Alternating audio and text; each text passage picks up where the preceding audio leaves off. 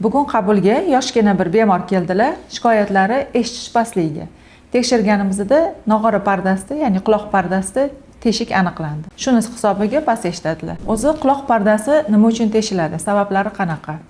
Asosiy sababidan biri bu o'rta quloqda yiringli jarayoni paydo bo'lishi. Ya'ni o'rta yiringli otit deb aytiladi. Bunda nog'ora bo'shlig'ida yiring to'plangani hisobiga yiring doim tashqariga chiqishga intiladi. Shuning uchun yiring to'planib, nog'ora pardasi juda yupqa bo'lganligi uchun nog'ora pardasini teshib tashqariga chiqadi va shundan nog'ora pardasida teshilish paydo bo'ladi. Yiringli o'rta otitning sababi bu ko'pincha bolalarda boshlanadi va burundan infeksiyani quloq nog'ora bo'shlig'iga kirishi hisobiga paydo bo'ladi. Bu asosiy sababi. Bunda bemorlar o'z vaqtida davolanmasa yoki immuniteti past bo'lsa yoki burunda qandaydir muammolar bo'lsa, ushbu teshilish surunkali formaga o'tib qoladi va bemorning eshitishi pasayishiga olib keladi keyinchalik. Quloq pardasining teshilishining ikkinchi sabablaridan biri bu travmalar. Ya'ni quloqni tozalaganda, misol uchun quloq paxtachalik cho'plari bilan yoki o'tkir jismlar bilan tozalaganda bexosdan yoki qandaydir tashqaridan travmalar, udarlar hisobiga nog'ora pardasi teshilib qoladi. Keyingi sababi bu barotravma deymiz, ya'ni atmosfera bosimini keskin o'zgarishlari. Bu qachon bo'ladi? Misol uchun samolyotda uchganda yuqoriga keskin ko'tarilish yoki tushish paytida tashqi muhit hamda nog'ora bo'shlig'ida bosim o'zgarishi hisobiga nog'ora pardasi bu bosimga to'g'ri kelmasa, ya'ni bemor kerakli harakatlarni bajarmasa, unda nog'ora pardasi teshilib qolishi kuzatilishi mumkin. Bunday bosim o'zgarishlari ko'pincha yoki samolyotda uchganda yoki kuchli chuqur sho'ng'ish oqibatida kelib chiqadi. Shuning uchun bunda bosimni boshqarish uchun yutinish harakatlarini to'g'ri qilish kerak bo'ladi. Yoki bo'lmasa burunda qandaydir muammo bo'lsa, bu shunga sababchi bo'ladi nog'ora pardasini teshilishiga. Kamdan kam holatlarda nog'ora pardasi teshilishiga kuchli, baland, keskin tovushlar ham sabab bo'lishi mumkin. Masalan, quloqning oldida juda ham baland tovushni keskin eshitilishi yoki o'qotar joylarda kuchli ovozlarning kelishi oqibatida kamdan kam holda bo'lsa ham shunda ham nog'ora pardasi teshilishi mumkin. Qo'shimcha sifatida shuni aytish mumkinki, misol uchun urush paytlarida bomba portlash jarayonida quloqni darrov yopishga odamlarda himoya hisobiga quloqni yopish oqibatida tovushdan quloqni himoya qilishgan va shunda quloq pardasining teshilishidan ham himoya qilishgan. Bundan tashqari shunday travmalar bo'ladiki, ya'ni shapaloq bilan yoki musht bilan quloqqa keskin urganda ham bunda ham vakuum hisobiga nog'ora pardasi teshilib qolishi mumkin. Ko'pincha bemorlar kelganda quloq pardasida teshik borligini aytganimizda ular sababi nima ekan deb so'rashadi. Nog'ora pardasi teshilganligini bilishni bir qancha belgilari bor. Misol uchun, agar bemorda o'tkir yiringli otitdan keyin teshilish bo'lsa, bu qanday bo'ladi? Teshilishdan oldin quloqda keskin og'riq paydo bo'ladi.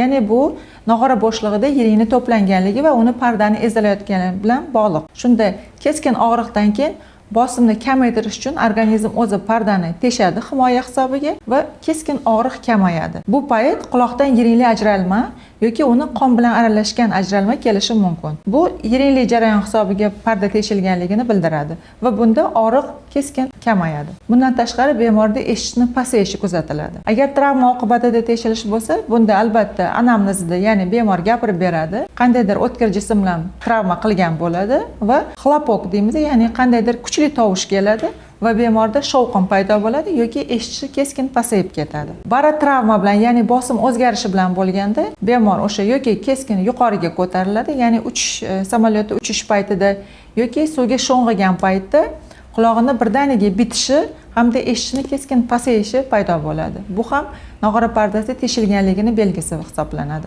Albatta bunday holat bo'lganda bemor birinchi o'rinda lor vrachga murojaat qilish kerak. Buni faqatgina lor vrach endoskop bilan ko'rgandagina aniqlashi mumkin.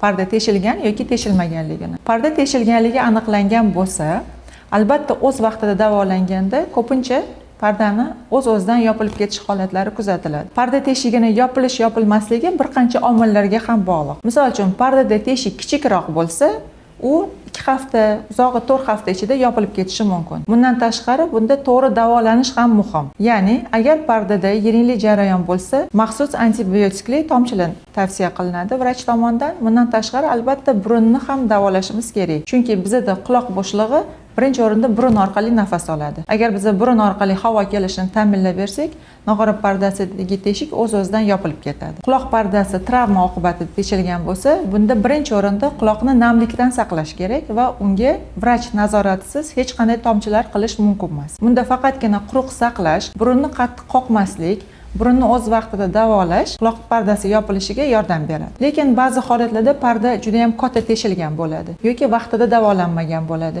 yoki burunda qandaydir surunkali muammolar bo'ladi. Bu holatlarda pardadagi teshik yopilmay qolishi ham mumkin. Bunda albatta agarda bemorning qulog'idagi teshik 4 haftadan ortiq yopilmagan bo'lsa, uni rejali ravishda operatsiya yo'li bilan yamash tavsiya qilinadi. Parda teshigi albatta yamalishi kerak, uni shunday qoldirish mumkin emas, chunki buni asoratlaridan eng asosiysi eshitishni pasayib ketishi hamda yiringli otitga aylanishi. Yiringli otit o'z navbatida quloqda surunkali infeksiya borligini hamda uni ichki qismlarga tarqalishi mumkinligini bildiradi. Shuning uchun agar bemorda parda teshigi aniqlangan bo'lsa, u davolanishga qaramay yopilmagan bo'lsa, albatta o'z vaqtida asoratlar kelib chiqmasdan, eshitish pasayib ketmasdan turib, vaqtliroq operatsiya yo'li bilan pardani yamash tavsiya qilinadi. Pardani yamash bu timpanoplastika operatsiyasi deyiladi. Pardadan tashqari quloqda ichki qismlari ham bor, ya'ni eshituv suyakchalari, ular pardadan keyin tovushni ichkariga o'tkazib beradi va eshituv nervi.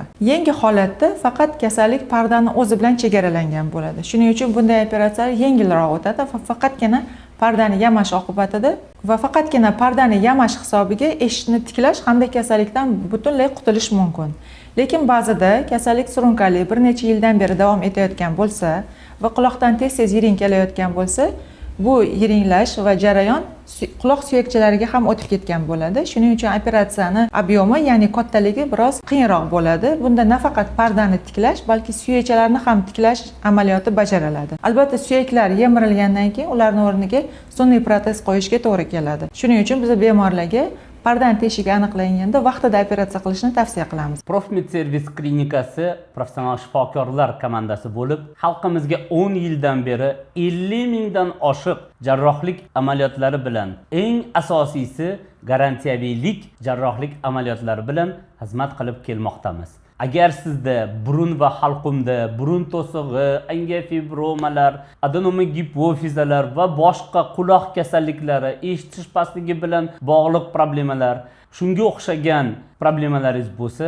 bemalol Profmed Servis klinikasiga 24 ga 7 holatda murojaat qilishingiz mumkin. Agar sizda lor sohasi bo'yicha muammolaringiz bo'lsa, yuqori malakali jarrohlik amaliyotlari kerak bo'lsa, pastdagi raqamlarga murojaat qiling. Professionallar siz uchun xizmatda bo'lamiz.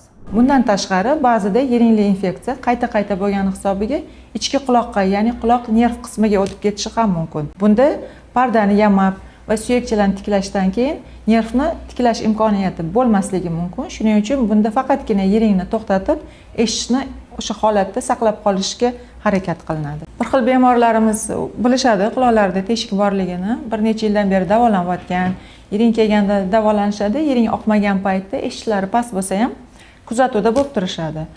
Bularga ba'zi vrachlar to'g'ri tavsiya bermaydi. Ya'ni ularning fikricha, agar pardani yamab qo'ysak, yiring quloqning ichki qismida qolib ketadi va miyaga ketib qoladi degan noto'g'ri fikrlar ham bor. Bu albatta noto'g'ri. Pardani yamash operatsiyasi degani bu yiringni to'xtatish hisoblanadi. Shuning uchun pardani yamaganimizda quloqning ichida hech qanday yiring bo'lmaydi va u yengitdan ham paydo bo'lmaydi. Shuning uchun biz bemorlarga va ba'zi bir shunday operatsiyani qilmaydigan yoki natijalarini hali ko'rmagan vrachlarga o'z vaqtida bemorni operatsiya qilishga to'g'ri tushuntirishlarini tavsiya qilamiz. Hozirgi zamonda pardani yamash operatsiyalari juda yuqori darajada rivojlangan. Bular og'riqsiz, tez bajariladigan hamda tiklanish jarayoni tez bo'ladigan operatsiyalar turiga kiradi. Bunda pardani yamash uchun to'qima bemorning o'zini to'qimasi, ya'ni auto tkань deyiladi, o'zini to'qimalaridan ishlatiladi. Shuning uchun ularni bemorni qabul qilishi hamda bitib ketishi juda ham yaxshi bo'ladi, samarali bo'ladi. Shu paytgacha biz klinikamizda 5000 dan ortiq shunday operatsiyalar bajarganmiz. Har xil darajadagi yengildan tortib og'irlarigacha. Albatta doim bemorlar birinchi o'rinda eshitish pastligiga shikoyat qilib kelishadi va biz ularga eshitishlarini tiklab beramiz. Agarda sizda yoki yaqinlaringizda shunga o'xshash muammolar bo'lsa, quloq pardasida teshik aniqlangan bo'lsa yoki eshitish pastligi sababi aniqlanmayotgan bo'lsa, bizni klinikaga murojaat qiling. Biz sizlarni yaxshilab tekshiramiz, eshituv darajasini aniqlaymiz va kerakli yordamni ko'rsatamiz. Video sizga foydali bo'lgan bo'lsa, videoga like bosib, yaqinlaringizga yuborib qo'ying.